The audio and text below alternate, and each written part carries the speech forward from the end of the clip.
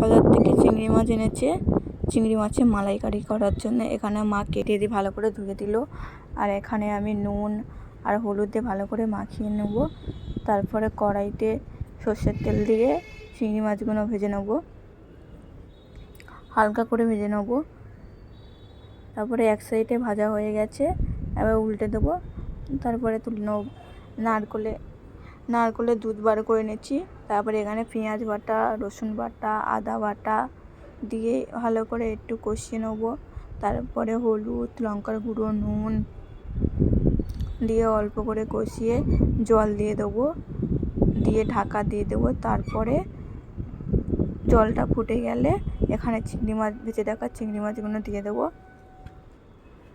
তারপরে নারকেলের দুধটা দিয়ে দেবো।